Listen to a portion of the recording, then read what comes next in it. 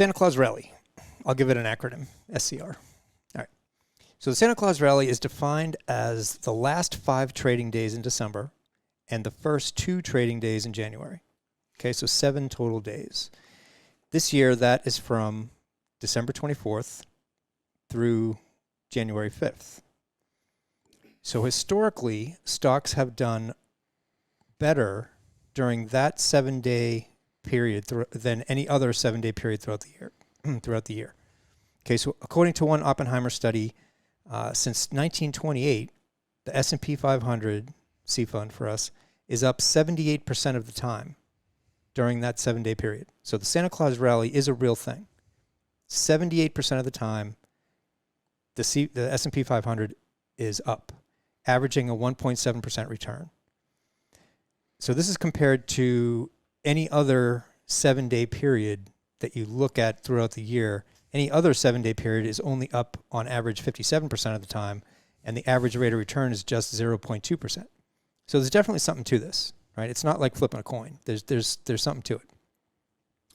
According to the same study, 6 months into the new year after a Santa Claus Rally, the S&P 500 is up on average 5.3%.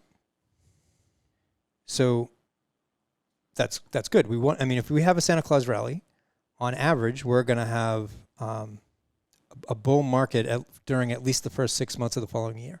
Nice. Okay. So I won't say plagiarized, but I stole some of that from J.C. Parrott at All Star Charts. So I got the link there, and if we get it in the show notes. Great site to go check out if you're into technical Yep. analysis. He's great. And if you can afford his membership, you can afford ours, for sure. He could probably make you more money, but it won't be in the TSP. I can Yeah. tell you that. Okay. So that's the good news. What's the bad news? What happens if there is no Santa Claus Rally? When Santa does not show, meaning when the market does not rally during that 7-day period, then over the next 6 months, the S&P is down on average 0.3%. Okay. So according to the Stock Traders Almanac, which was the Yale, what was his name? I can't remember. The guy that does the Stock Traders Almanac, which actually is where JC got the basis of the article that I sort of plagiarized from him. Anyway, according to the Stock Traders Almanac, Santa failed to show 6 times since 1994. So most of the time he shows up. It's only 6 times since 1994. So the odds are, following a Santa Claus Rally, the market goes up. But this does not happen 100% of the time. So it's stats, and we all know that stats can be made into anything we want. So if we look at the actual numbers, right, what does the Santa Claus Rally mean? Santa Claus Rally happens more often than not, which sort of seems to correlate with the yearly market moving higher more often than not, right? In bear markets, the market can be down for the year, even if it's preceded by a strong Santa Claus Rally. So if we look at 2001, for example, let's see.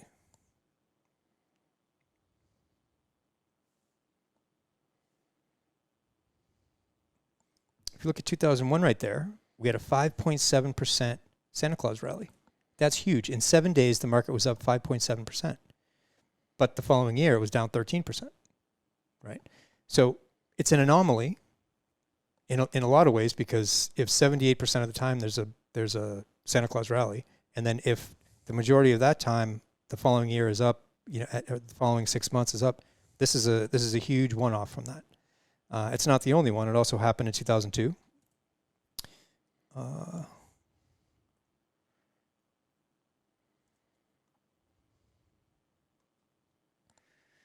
And 2018, which we're all probably a little bit more familiar with because it was a lot more recent.